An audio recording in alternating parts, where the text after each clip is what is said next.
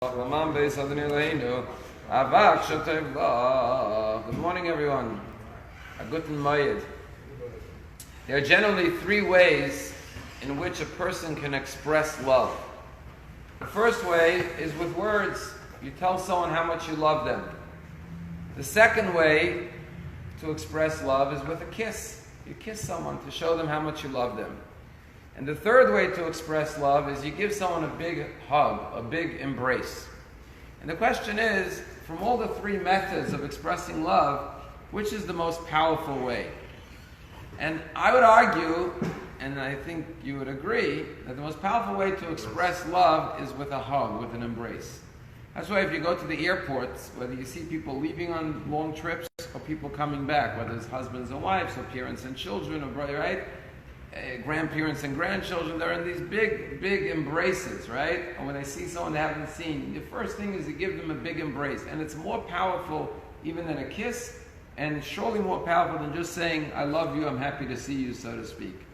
What is it about a hug that's so powerful?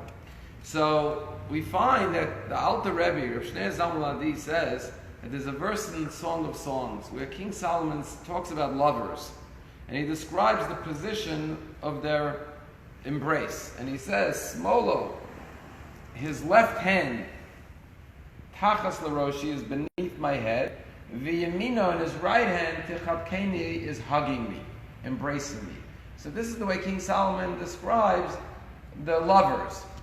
So the Alter Rebbe interprets it in a very deep way. He says, your left hand is, we're talking about God and the Jewish people, because Solomon wrote this about God and the Jewish people, that God's left hand is underneath their head. The head is Rosh Hashanah, the head of the year. Left hand always represents the hand of judgment. That on the new year, Rosh Hashanah Yom Kippur, his left hand is beneath our head. On the head of the year, he's judging us. However, when it comes to the holiday of Sukkot, which follows Rosh Hashanah Yom Kippur, that's the right hand embracing us. And the Alter Rebbe says that according to Jewish law, the minimum size of the sukkah is it has to be 2 walls and a majority of the third wall. He says when you embrace somebody, you're creating 1 wall from your shoulder to your elbow, 1 from your elbow to your wrist, and from your wrist to the point of your fingers is the majority of the third wall. So you're building a sukkah around them and you're embracing them. So what is the meaning of Sukkot, and why is Sukkot the happiest holiday? So the Alter Rebbe explains there's 2 types of loves. There's reciprocal love and unconditional love. The high holidays is like reciprocal love. God says, show me what you've done this year, and based on how good you've been, that's how much love you deserve in the coming year. That's how much divine love you're going to receive based on your righteousness. But then there's a more powerful expression of love, which is unconditional love. It's not dependent on how good you are, how righteous you are, how virtuous you are. It's pure unconditional love.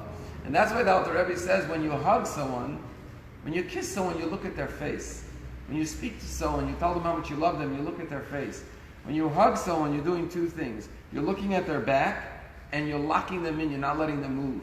What you're saying is, even if you don't love me, and you want to run away, I'm holding you tight, I love you no matter what. And I'm looking at your back, I'm not looking at your features. Your features tell me how wise you are, how good you are, how kind you are. I'm looking at your back, and what I'm saying is, even when I can only see your back, even when you're having your down moments and you fall flat on your face and all I see is your back, I'll still love you then. I'll still pick you up then, because my love for you is unconditional. And that's why the Alter Rebbe says when it comes to the holiday of Sukkot, unlike Rosh Hashanah Yom Kippur, you have to do tshuva, tefillah, tzedakah, to be inscribed in the book of life.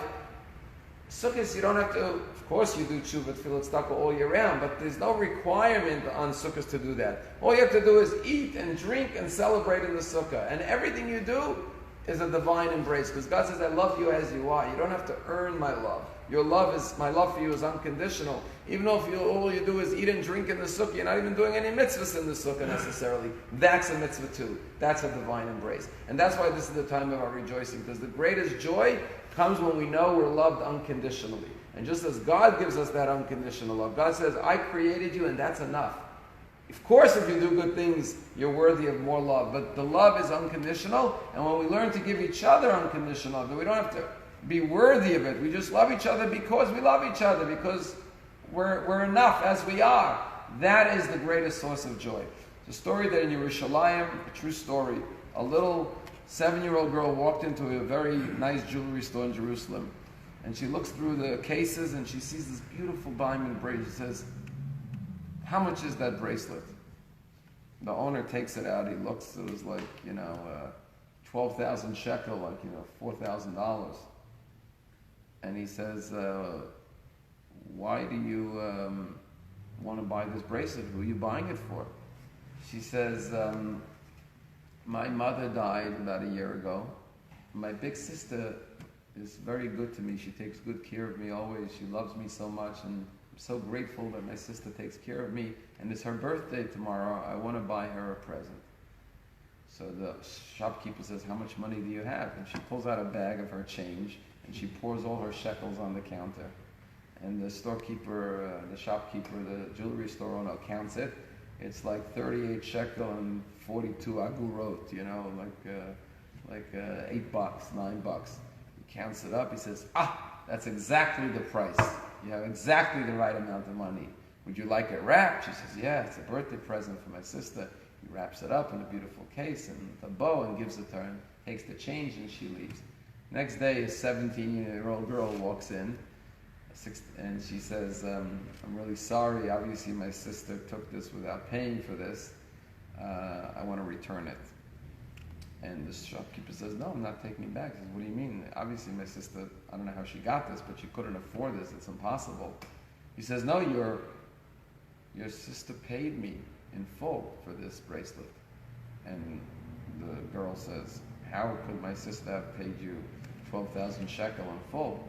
And the shopkeeper said, I sell jewelry all day. And I sell it to couples who are in love with each other and they're really happy. But I've never seen such pure love like this little girl. And your sister paid me with a heart full of love. And that's the message of Sukkot. When our hearts are full of love and we have unconditional love for one another, that's the time of our rejoicing.